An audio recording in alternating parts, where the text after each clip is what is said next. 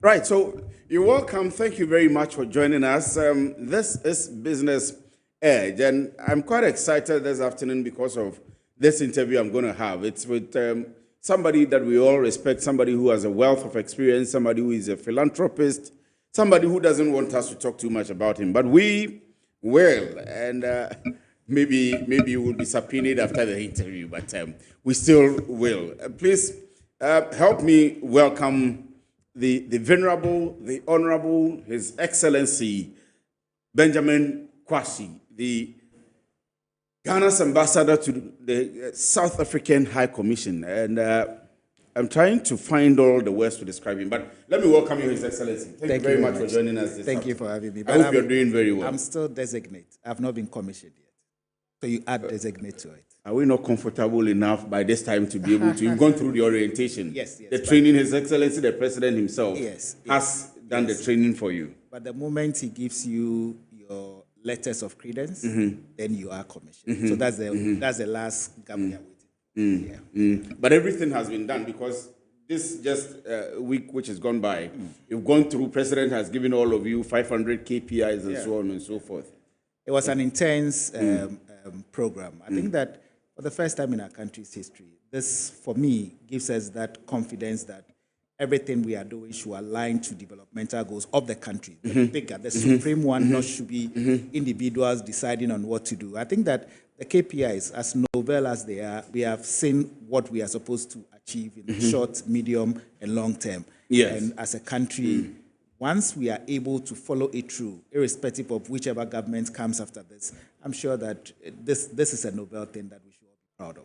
We'll come to the details of that, but I mean, for the purposes of the people that are watching us, I've introduced you, and I know that it's difficult for you usually to talk about yourself, but you have quite a number of businesses. You have trained young people, you've been in the space of entrepreneurship, owned businesses, and so on and so forth, and you're doing well.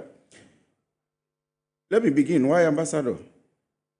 Well, when your country calls on you to serve, you don't ask that question. I think that His Excellency the President had his reasons why he appointed me.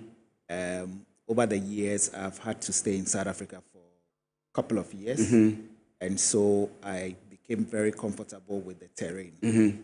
And I believe that in discussions that I held with His Excellency during the manifesto preparation time and also during the campaign, there were a lot of things that he wanted us to align with South Africa with. And I'm thinking that based on the conversations we had and what we decided to do when we take on power, that should be the reason why he gave me that appointment, so that we can be able to actualize the things that we decided to do in opposition. And I think when your president calls you to serve, you jump at it. You are going to leave all the businesses, all the things that you are doing to be an ambassador. I believe that not only leaving the things, but bringing that wealth of experience into the field of diplomacy. And again, it takes us to the KPIs. When you look at them now, that kind of diplomacy that we go begging for arms and other things, it's way gone. I think that is what the president was looking at. And the president wanted us to bring our wealth of experience into the field of diplomacy. So if you look at the ambassadors that he's appointed, most are business moguls, most are educationists, a lot of them, they come in with different wealth of experience. And I think that for me, it is a call to duty, it is a call to serve, and my experience, I need to bring it on board. But he's been met with quite a bit of a backlash on that. And for some of us, we think it's the best thing to do for him, because we have been chasing all politicians about putting the right people in the right spaces and places and not allowing square pegs to be in round holes, because you will double as a politician, you will double as an expert, you will double as a business person, you will double as an entrepreneur. You are in all the fields. So you may be an outlier, but typically we would see both MPP and NDC putting just, let me say, just party faithful in certain positions, and we end up not getting any results. But in the current government of President Mahama, I can talk of Professor Jampo, I can talk of Kobi Mensah, I can talk of Lord Mensah, I can talk of you, your good self, I can talk of the ministers, some of the ministers that we are seeing and so on. There's a backlash. What do you think? Is that not affecting the government? I think that President Mahama has done what no other leader has done under the fourth Republican dispensation of our country. Look at the appointments. It is not the usual job for the boys thing. He's appointed people that are competent, people that are deserving, and people that have wealth of knowledge when it comes to the areas that they put them there. And so it is difficult for you to pin out one particular CEO or one particular minister and say that minister is not performing because he doesn't have the technical know-how.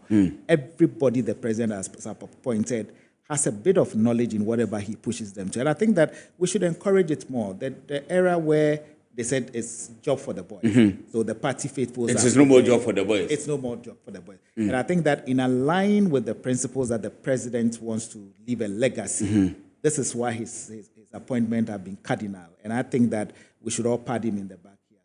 But it means that we will be able to hold you up to the task, and we'll be able to come to you at the end of, for example, if I come to the South Africa anytime, in a year or 2 years, I should be able to pinpoint to practical things that you've been able to do, because you are not, for me, a regular person. Jampo is not a regular person. The other people are not regular people for all the ministerial positions. And I see some kind of, somebody would say aggression in the eyes of the president, expecting results from you. So we saw the National Economic Dialogue. We saw the meeting, the State Interest and Governance Authority meeting, SIGA meeting, with all CEOs. We are seeing 500 KPIs for you.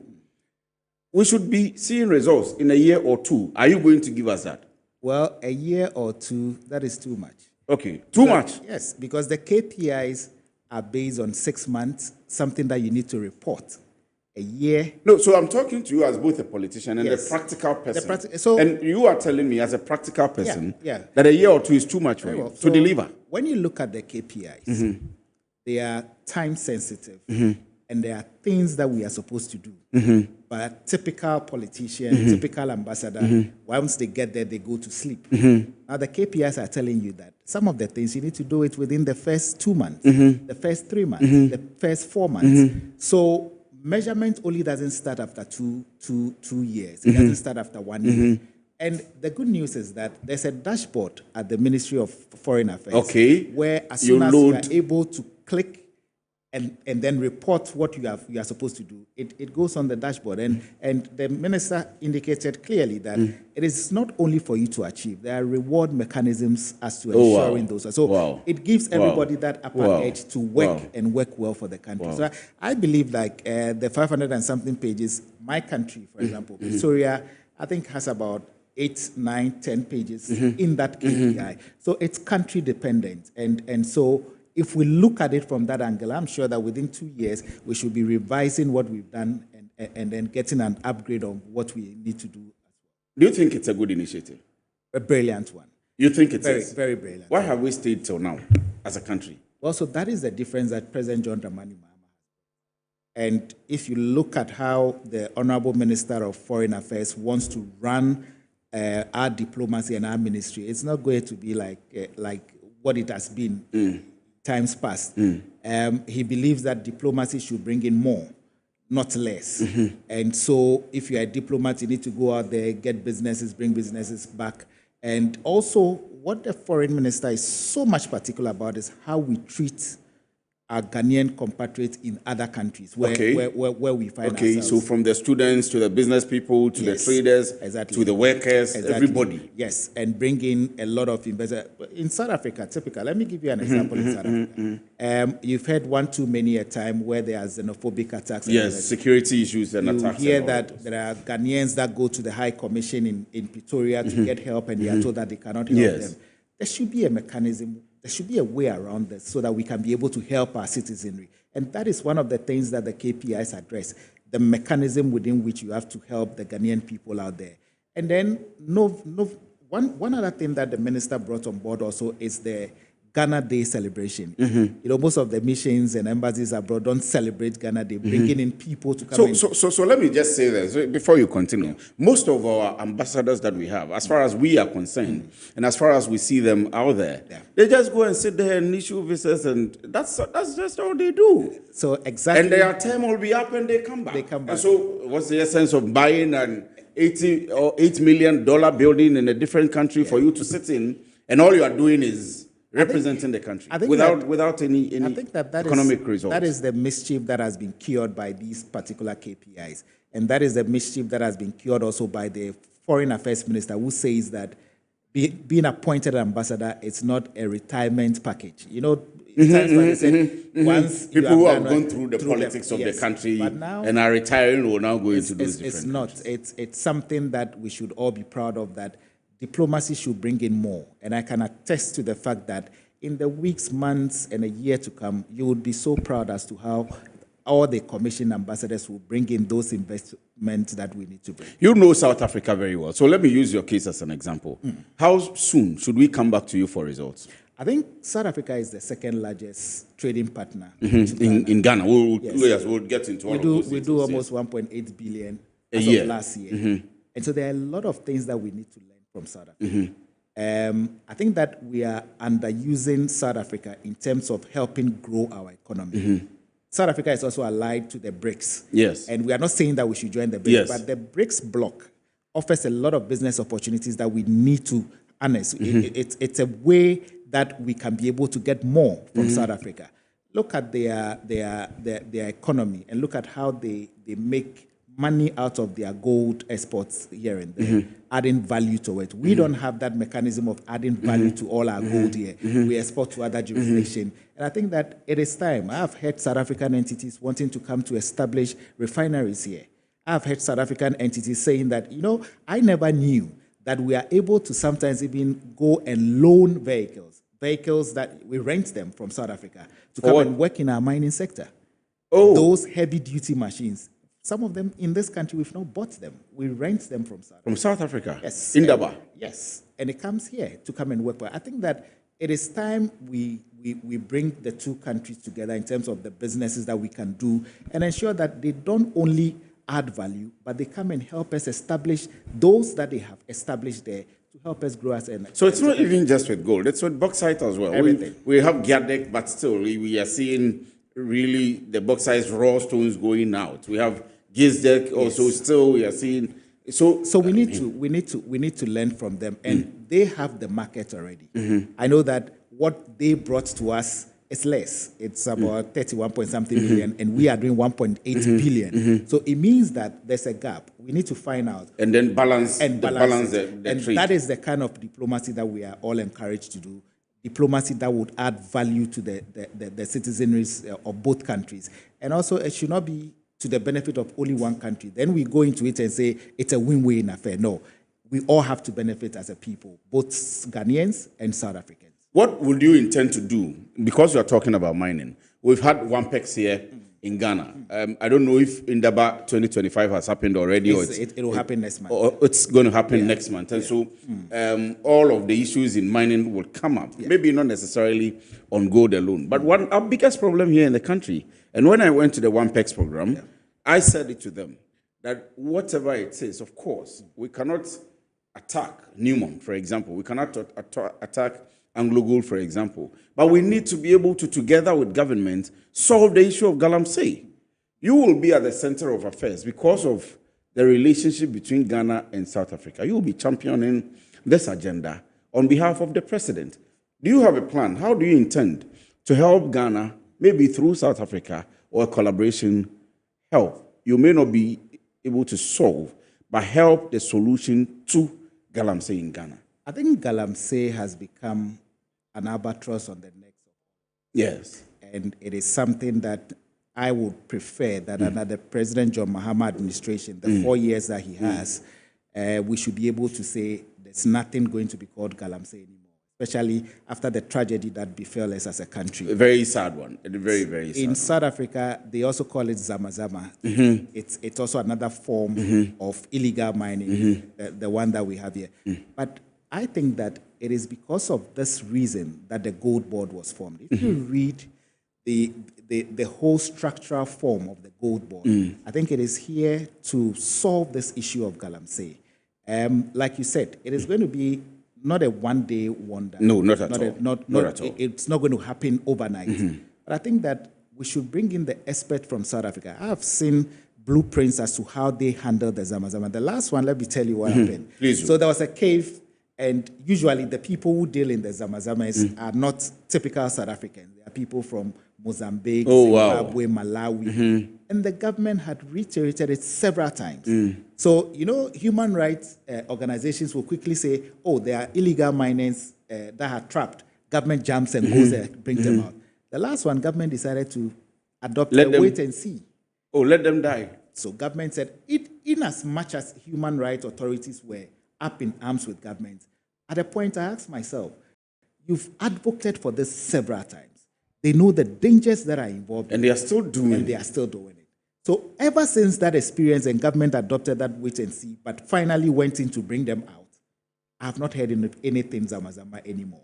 Oh. So it is a drastic way to be able to curtail the problem. I'm thinking that with the gold board in place and with the initiatives that I have seen in the mining sector, I think we'll be able to do it. And we need to collaborate more with South Africa, because at the end of the day, it is better for me that we go to South Africa and add value to our gold, or we do it in this country that we go and do in Dubai.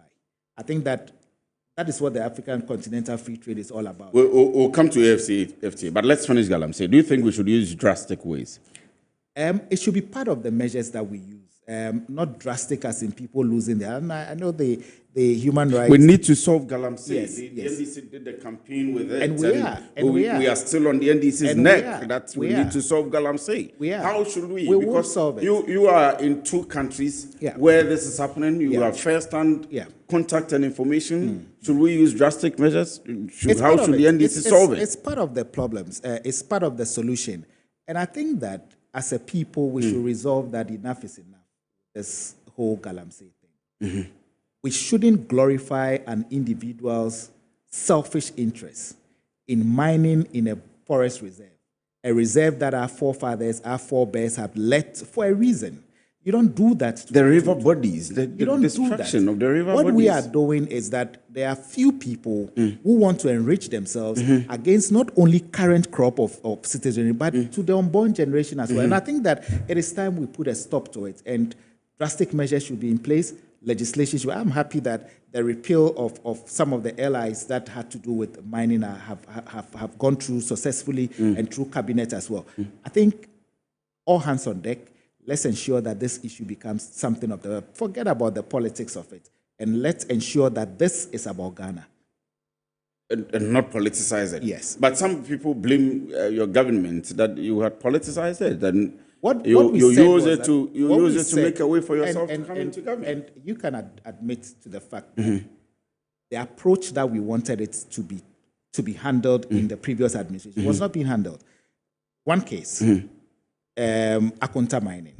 I remember when there were concerns that Akonta mining should be investigated because it was believed that they were doing illegal mining. Yes. So you'd expect that the commander-in-chief and the president at that time would not go to an event and say that Akonta mining has done nothing wrong. It defeats the purpose of holding people accountable. And I think that has been some of the even without trying them. Yes. I agree. The report of the committee was not even out, but the president at that time stated that he doesn't think that Akonta mining has done anything. And I think that defeats the purpose of fighting Galamsey and the approach that President Mahama is taking. Trust you me, we would get there. We'll get there. Let's now come back to the trade. 1.8 billion transactions from Ghana to South Africa. And there is AFCFTA now. I know that Ghana and South Africa are on the high compared to the other African countries. I mean, are you going to keep it at that pace to boost it? Or how is it going to look like for you championing everything on behalf of Ghana in South Africa? I think the president's directive to all of us, especially to do with South Africa, with the KPIs I've read, is to bring in a lot of trade. We export a lot to them and they bring lesser to us. The president wants us to increase our trade volumes and the volumes of trade that comes from South Africa to Ghana as well. How do we do that? That is where we are able to leverage on the African Intercontinental Free Trade Agreement and ensure that we are able to deal in the market, that an expanded market that has to do with the BRICS bloc. Because we are not members of the BRICS. But South Africa is a member of the BRICS bloc. What we can do is that through South Africa and our alliance with them, we can't be able to leverage some of our stock into the BRICS market. And they've stated that clearly, that they've signed a lot of BNCs with Ghana, this bilateral agreements. Yes. And over time, it has been talk shows. The only thing that has been implemented in that had to do with the visa waiver. There are a lot of contracts that have been signed that have not yet been implemented. I'm happy that Accra is hosting the next BNC next year, where President Cyril Ramaphosa is supposed to be here together with President Mahama, so that they sign those bilateral agreements and enforce them, so that we'll be able to get a bigger market for the Ghanaian economy as well. Do you come to Ghana often? Very often. Very often. How often? In a month, I should say I spend 2 weeks here, 2 weeks there. Every month? Yes. I am imagining and calculating your ticketing cost. So the good news is that when you are a frequent traveler on SAA, the national airline of South Africa. I mean, I understand you need to take care of the businesses there, the businesses. Yes. Yeah, but when you come, do you drive around town? I do. Which parts of town do you drive around? I know where your question is going to. I drive everywhere. I drive everywhere. You so drive that's everywhere. The question. Yes. So you drive everywhere. Yes, do you see Accra? Yes, I do. Do you see Kumasi? I do. Do you see Nsawam Road? I do. Do you see Dodua? I see the La Paz Road as well. You see everywhere. Yeah. And you see Cape Town. You see Durban. You see Pretoria. I do. You see Johannesburg. All of this, Sandton, and all of these places. How do you feel as a Ghanaian? I was telling a friend that if for nothing, there's one thing I want to achieve. It is the nature of our roads and the nature of the sidewalks and the pedestrian walks. It's a shame. So how do you feel? I feel bad. I feel bad. It's just sad that as a country, I don't know where we went wrong. I feel bad. Some of the roads, after a year, 2 years, they are very bad. I have not seen potholes in South Africa in a very long. If it happens, it is fixed within days. I've seen part of the Malam Bawe Road for about 3 years that I've seen potholes there, and they are still there. Even on the overhead. Yeah. When the overhead, the interchange, let me use that. The Malam interchange, which has been constructed, parts of it got off, and then if you drive on, you just hit in the bump like that. And for about 4 or 5 minutes drive. You'll be hitting it with huge traffic, and we are still there. And I'm just casting my mind to a place like Sandton in South Africa. And, well developed. And for you living in these two places. Well developed. They have a maintenance culture that is top notch. The users of the road, both the drivers, the pedestrians, they respect the regulations on the road, unlike in Ghana. And I think that it's when you look at the roads, you have been there. I like the places you've mentioned. It looks like it will take forever, but no. It does look like that, yes. Yes, but if we put our minds to it, and if we have leadership, I think we'll be able to get there. I drove today through the Tema motorway, and I've seen that there's some work going on in the lanes, the pedestrian lanes. I hope and pray that we are able to maintain it, because look, Ghana is the only country we have. South Africa did this. I know that people will say, oh, the whites were there, they helped them. But they have a culture of maintaining it. I agree. Once we adapt our mindset and change, I sometimes go to the ministries and I look at structures that, I went to Rich Hospital the last time and I said, how? What happened? Where did we go wrong? It is about maintenance. And maintenance culture would only be effective if we have good leadership. I'm sure that President Mahama is offering the leadership that we need now. And together with all his appointees, let's ensure, look, we have Zoom Lion and Co. doing what they are supposed to do. Once we are fighting for salaries to be increased for such bodies, we should also let them align to the development of such things, the roads, the buildings that we have at the ministries. And I think that going forward, I have told myself that I'm going to model the South Africa experience to that of Ghana. And as the president has appointed me, I would ensure that that happens. I mean, I'm happy because it will not now be a talk shop. You have the power. Yes. And that's why I kept saying that we'll come back to you, we'll come and attack you, we'll come and ask you questions, we'll come and tell you, His Excellency, you told us this. Have you been able to do it? You mentioned this. Have you been able to achieve it? So some of the things, I'm specifically pointing them out so that we'll remind you. Yes. Are you ready for us to remind you? I am ready to be reminded. I am ready to be held accountable. I am ready to be told that we promised this over time and we should ensure it's happening. So we're going to work collectively. Pretoria has got very fine diplomats who are working there, career diplomats. So I'm sure that together all of us will be able to achieve the reset agenda that has to do with diplomacy, the kind of diplomacy that brings development, not the kind of diplomacy that is just there for talk shows and others. No. Let me ask you about the trade issues. And I mean, not to move too much away from the AFCFTA, all right, but there is this current issue. I don't know where to begin or how to start it. You're aware that MTN is from South Africa. And so, again, Stanbic is from South Africa. DSTV is from South Africa. Are you happy about the current issues with DSTV? I think that I have always said that this issue could have been solved in the boardroom, and it's been solved now. I think that the call for MultiChoice to reduce their prices was a genuine and a good call. The reason being that we have all seen what the other countries are paying within the sub-region. And especially after we've struggled to let the economy work under President John Mahama, we expect that once things are coming down, they also come down. They never did. And so the ministry asked them to, Ministry of Communication asked them also to give them, a write-out as to their pricing framework. They refused giving that to the ministry. So the ministry realized that there was something that was not right. There was something that was amiss. And so government has always said that they will protect consumers. So in protecting the consumer, I'm sure that is why the minister took the drastic steps that he took. Was it a necessary step? Was it a good call? Well, I think that in getting value for money, it was a good call. But the approach, I think that MultiChoice also didn't do themselves a good favor. With their approach, with the counter approach. The counter approach. I think that they should have understood. Would you say the two of them were wrong in their approach?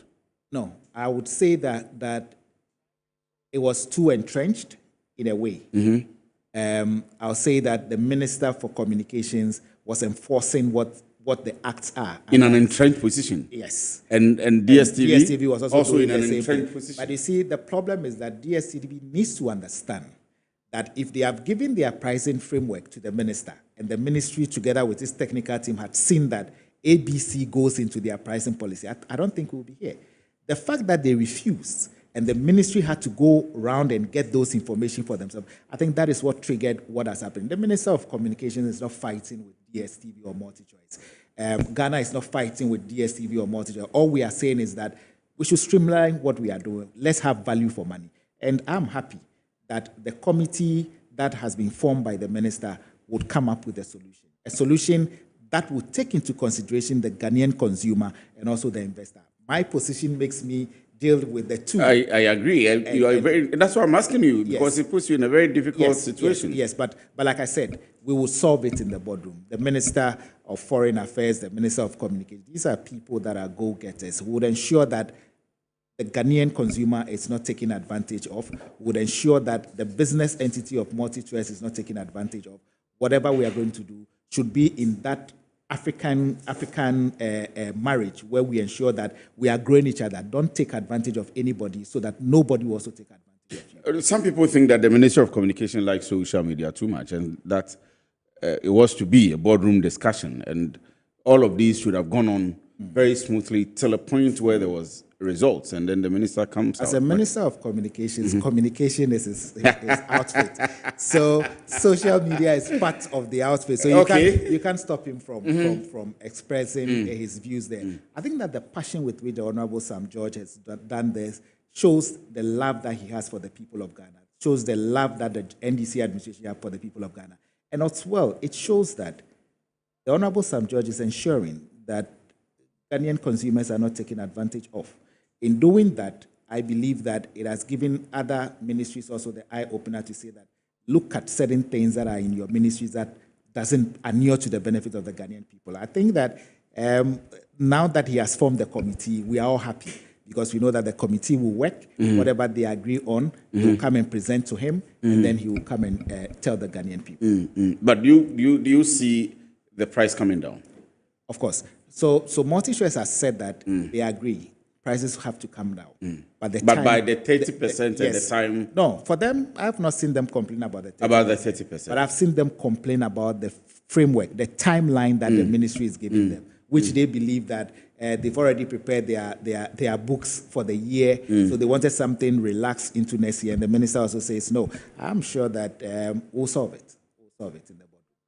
Well, so if you're watching us, I'm currently having an interview with His Excellency Benjamin Kwashi, the ambassador of Ghana to South Africa. And we've had the opportunity to be asking him quite a number of questions. This is Business Edge, and you need to keep being with us. Maybe we'll do a bit of politics, but I want to ask him about the 24-hour economy because I think semblances of it happens in some parts of South Africa. South Africa is a well-growing, a very, very developed economy. The industrialization, the technology, the roads, the high-rise structures, it's a beautiful place. And so we are happy to be having the ambassador to South Africa here and to be comparing and seeing how, finally we'll ask him point by point what plans he would want us to mark him by in the 6 months or in the year or in the 2 years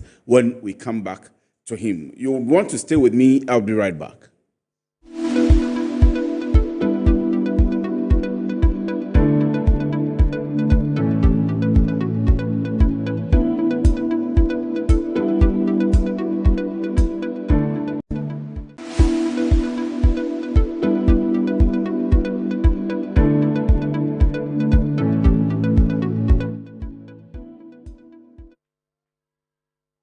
Welcome back. This is Business Edge. Thank you very much for staying with us. We'll still continue our interview with His Excellency. What we'll try and do is that even though this is Business Edge, because we have him here, we'll ask him about Gertrude Tokunu. We'll ask him about that. We'll ask him about whether there is a reshuffle now, impending reshuffle, and whether they are scared, and so on and so forth. We'll ask him about MPP flag bearership race and whether he puts any fear in the NDC. We'll ask him about the NDC in South Africa. Maybe these are the few ones we'll ask him about. And whether Esiedun Ketia will beat Julius Debra or Julius Debra will beat Atoforsen or Atoforsen will beat whoever it is.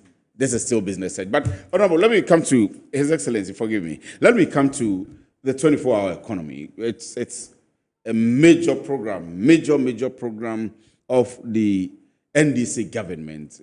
His Excellency, the President, John Dramani Mahama, has shown enough commitment. And you would see DVLA opening some offices which are 24. You would see them, the Ghana Ports and Harbors, also talking about 24. You would see some of the ministries beginning some things that seem like 24-hour economy. How feasible is it coming from an African country which is well developed and maybe it's practicing, if not in its entirety, in aspects of it, the 24-hour economy? I think that the 24-hour economy is a game changer. If you ask me how the NDC came into power, I'll tell you that Ghanaians bought into the 24-hour economy. And I'm happy that you've reported that DVLA has started something, the ports have started something. The president knows very well how important and crucial this whole 24-hour economy is about. That's why he has a complete secretariat with the Honorable Gusi Tano, yes. Heading it. I've listened to most of their presentations. But when we met for the orientation for the high commissioners and ambassadors, they had a presentation and they indicated to us how they are rolling it out. I'm sure that once the president kickstarts it in full, where we have legislation that is changing, remember that now we have the 9 to 5 that we practice according to how people go to work at 9, close at 5. But if we want to encourage the whole idea of the 24-hour economy, I think that there should be legislation that is passed to enforce it, to make it more legal and more rigid. Look, in other economies, in South Africa, I was telling somebody that even though it's not fully operational, if you decide to do a banking transaction at 1 a.m., obviously not every bank is open, but when you go to their airports, the banks are there. You can go there at 1 a.m. to go and do your transaction. So you hear people say, we need to make a transaction, and they go to the airport where you have all the banks that are there. At the South African Yes, airport? in South Africa. When you go to Oral Tambo, 24 I've been through there. Big airport, very big, huge airport. And let me reserve my comments. I was going to make a comparison, but let me because in just last year, we had 17.5 million people using Oral Tambo. So just imagine the market that they have. Do you understand? In Ghana, we had only 3.4 million people visiting. It's important for us because we are still trying to establish an airline. Very well. We need people to come in. We have said that we want Ghana to be a hub for West Africa. So you should understand why we don't even need to go into a trade war with South Africa.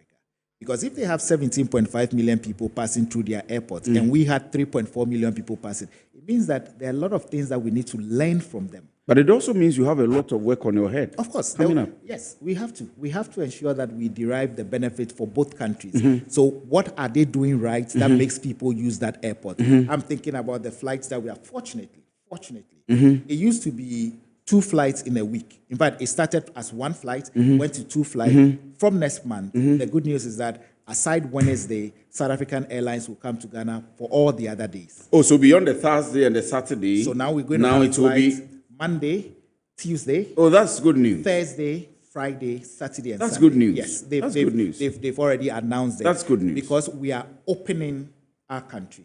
So there's a trade. It goes from here to South Africa, from South Africa to Johannesburg, from Johannesburg to Cape Town, from Cape Town now it goes to Abidjan. So we are expanding our reach, and this is more money coming into our economy. So I think that we should learn from them as to how they have practicalized this whole idea of 24-hour economy. And I'm sure that with the framework that the president wants to work within, the 24-hour economy will come and ensure that unemployment is a thing of the past, make sure that our teeming youth get something to do, and also open up our economy. That is the only way to go. And so you think it's a good policy? I mean, devoid of the fact that you are a part of government, yes, you are a member of the NDC party, yes. devoid of that, Yeah. you think coming from South Africa, it's a good policy? Every citizen should accept it. Remember, when the previous administration introduced the free SHS, I'm one of those who said that it was a good initiative. We should encourage it. So it's the same thing to do with the 24-hour economy. It's a game changer, irrespective of our political correlations. We should know that this is a novelty. This is something that will move our country to the next level. And as ambassadors designate and as ambassadors commission, it is our goal to bring in more investors to ensure that the 24-hour progresses. Let's come home. Okay. Let's come home from South Africa. And whether you are in South Africa, whether you are doing your private business, whether you are chairing a meeting for the NDC in South Africa, or whether you're back home, you still monitor the news. You see what's happening. You get engaged in the discussions. And you see how the dollar is performing, even though currently it has a problem. We've been rated as the worst performing currency. That's wrong. That's wrong. We've gone to Bloomberg, and when you go and verify that story, it is not true. Bloomberg never said we are the worst performing currency. No, it's not true. We will verify that. Yeah, you should be able to verify that. But we'll verify that immediately before we finish. But it had some downturn. But the good thing for me is that you businessmen look out for the stability of it, so that you're able to project into 3 months, into 6 months, and then you plan for your business, your exports and imports. And at least for the last 6, 7, 8 months, it's been stable. Fuel prices have come down. Lots of things have happened. Some people think that it is for the optics, the Mahama and Dada government. There are other people who think that Mahama is performing. He went away, learned his lessons, came back, and has come back with proper governance, structure, and system, and is now implementing the things he has learned. How will you rate? Maybe let me start. If you want to rate him from 100%, what percentage would you give him, and why? Okay. So let me say this. If there's any leader who is cut out and is more prepared for his job, you can't take it away from President. This is somebody who has gone through the mills to get to where he is today. This is somebody who understands what it is to be in opposition and who did broad consultations. I know that in opposition, President Mahama was not sleeping. He had to ask himself questions. He has to learn through difficult circumstances.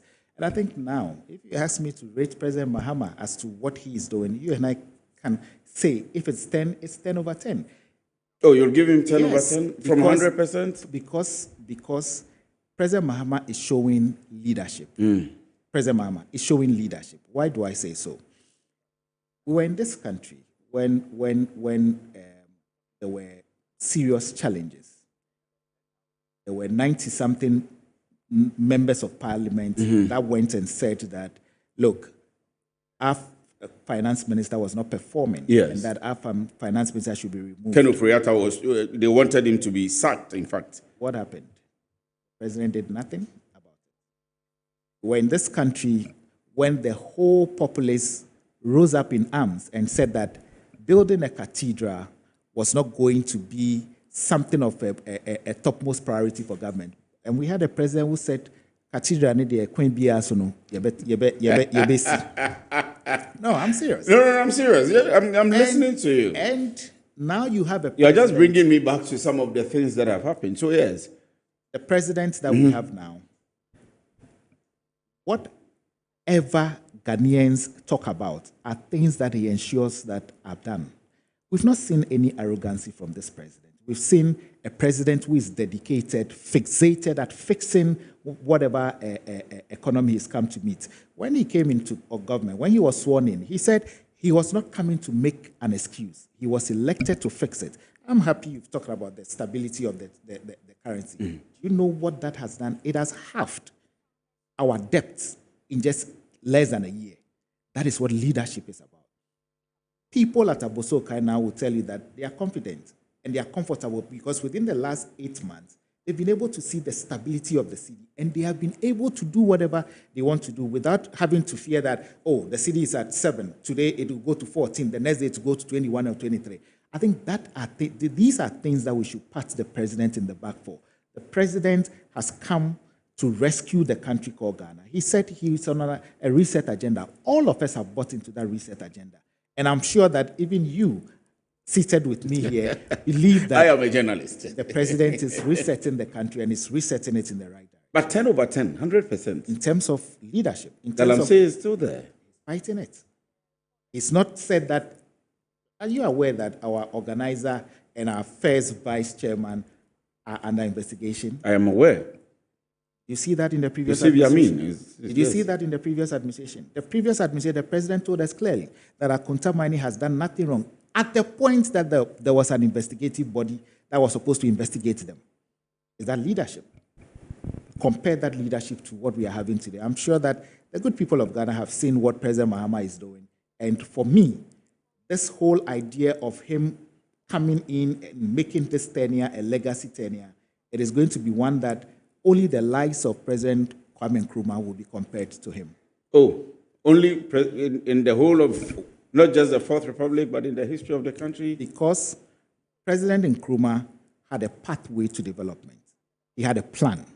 President John Dramani Mahama has a pathway to development. He has a plan. It's not about family and friends. It's about developing the country called Ghana. That is where we I am going to quote you in my flyers out there and say that His Excellency Benjamin Kwashi, the ambassador designate to the South African High Commission South Africa from Ghana, says that it is only Nkrumah that can be compared to His Excellency President John Dramani Mahama in the history of Ghana. I'm going to quote you. Quote me right. What I'm saying is, yes, sir. At the end of his tenure, the legacy he is going to leave. I mean, he has started, so we can see. At the end, the pathway is there. We are seeing it. And I'm saying that at the end of his 4-year tenure, we can only compare him to Kwame Nkrumah because then he had a vision he came to look through. He had a plan. to develop Ghana, and that is exactly Not Akufo-Addo. well. If you ask me, not President Kufuor. Akufo-Addo did his best. President Kufuor did his best. President Jerry Rawlings did his best. President Atta Mills did his best.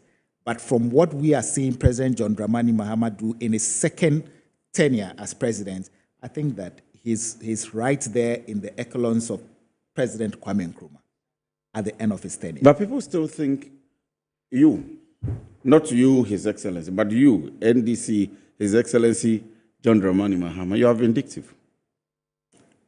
Then is there a different definition in any dictionary as to what vindictiveness is? That you have sacked Gertrude Tokonu. We didn't sack You said you were going to sack him, sack her. No, so and truly you have sacked her. So we made the institutions of state work. There was a report. The report was handed over to the Council of State. A committee was formed. The committee came back and said that there were grounds for her to be removed, and the president followed it. What has the president done wrong? That there were threats from the NDC in opposition, and now there is a show of power, that we are in power. We'll show you where power lies. We ensured that the Constitution worked. We ensured that the rule of law worked. She was given the chance to, you saw what was happening. She goes to this court, from there to the other court, from there to another court, and nobody stopped. I'm still serious, but even though the laughter comes out, I'm still serious. And nobody complained about it.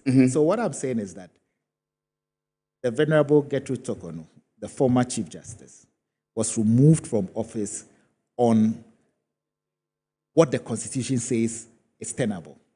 President Mahama didn't invent the Constitution. What the Constitution asked him to do, that is what he has done. I read this afternoon that the Chief Justice is still going to court, and nobody's stopping him. The rule of law is working. But what I am telling you today is that if the MPP crying wolf now that we've removed the Chief Justice, and that it was the first in the history of the country, there was a sitting Electoral Commission boss who was also removed. So let's not choose. So is that equalization? No, that it's not equalization. We've heard that Charlotte Osei was removed, and Gertrude Tokonu has to be removed. I have my personal issues with the I felt that at times where she had to stand and ensure that the judiciary does what is right for the country, she went to sleep. Let me give you a clinical example. The Chief Justice was able to empanel the judges of the appellate court and to say that there was a constitutional crisis in Parliament. But when other issues came, never did she empanel anybody. We were told they are on legal vacation and others. So you can see clearly that this is not a Chief Justice that is following the law. This is a Chief Justice that was bowing to the whims and caprices of President Nana Addo Akufo-Addo and his administration. And I'm saying that the judiciary is supposed to be the bridging gap between the legislative arm of government and the executive arm. So if you allow a Chief Justice to just allow herself to be played at this, like President Akufo-Addo and co did, I think that it was a shame on our democracy. Was she ineffective for you? She went to sleep on her job. She went to sleep on her job.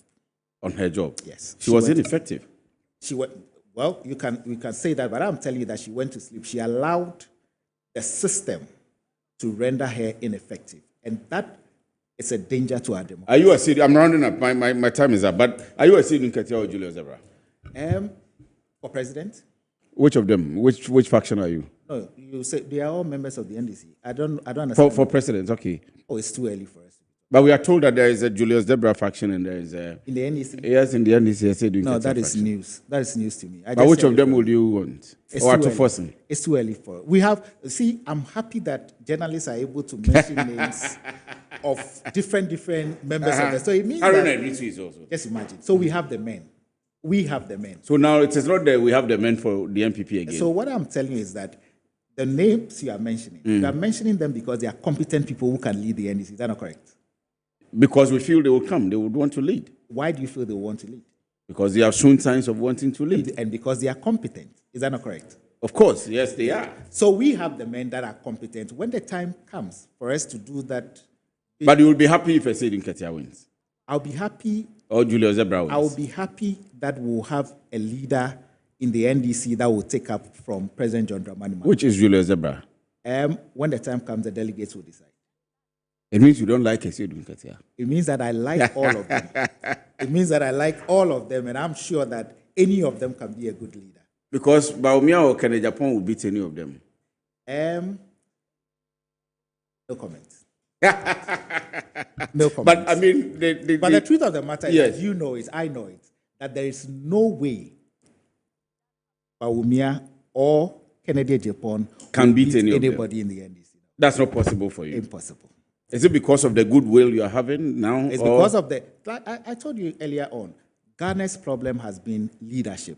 Now leadership is restored. You see what happened in Akwetia? Mm-hmm. Did you dream of it happening?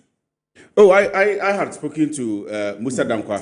Musa Dankwa had told me NDC will win, so I knew NDC will win. Good. Did you see any vote buying in Akwetia? Did you hear of it? I didn't go there, so I didn't see. Well, in the media, nobody reported vote buying. Mm-hmm. So the good people of Akwetia, some few months ago, gave it to the MPP. Today, they've given it to the NDC. You know why? Because they've seen good leadership. And that is the goodwill that we are enjoying from people said they wanted development and that you had threatened them with development. No, that if they voted for the MPP. No. But Musa Dankwa had told me that based on his statistics, development was playing a great part. Looking at what President Mahama has been doing, the people of Akwetia feel that if they give it to NDC will do a better job. So that is what is going to happen in 2028 when we go to the polls. The good people of Ghana will realize the good work that President Mahama and the NDC have done. But which of them do you think will be a formidable candidate against Esiodun Ketia? All the names. No, I'm saying for the MPP. Currently, there is a tough war in the MPP. They have. Which of them do you think will be formidable against your candidate, either Esiodun Ketia or Julius Zebra? That is their in-house discussion. They have their own. So you don't care? So it's not, we need a formidable opposition. So they should just get somebody who is formidable. We will beat that. Which of them do you think? Dr. Baumia or Kennedy Japan? I don't see Brian any of Champon. them. I don't see any of them. You don't see Brian Champon? I don't see any of them. Former Vice President, His Excellency Dr. Mahmoud. You don't see him? If you want to ask me about the NDC. Because in the No, NDC, but they will be coming up to match you. That's what I'm saying, that whoever they But you don't see Dr. Baumia? No. You don't see Ken? No. With all his statements? The statement is making to become a president. Yes. They are fighting among themselves even that Ken is not qualified to be a leader. Haven't you heard it? Ken and his team are saying that they should find, if Y is what, find X. Haven't you heard it? His Excellency. Thank you. When are we visiting you in South Africa? I mean, we will back you in the swearing in. The first 15 have been, but yes. Swearing in, we are hoping. When are you expecting it? I'm sure any time from now.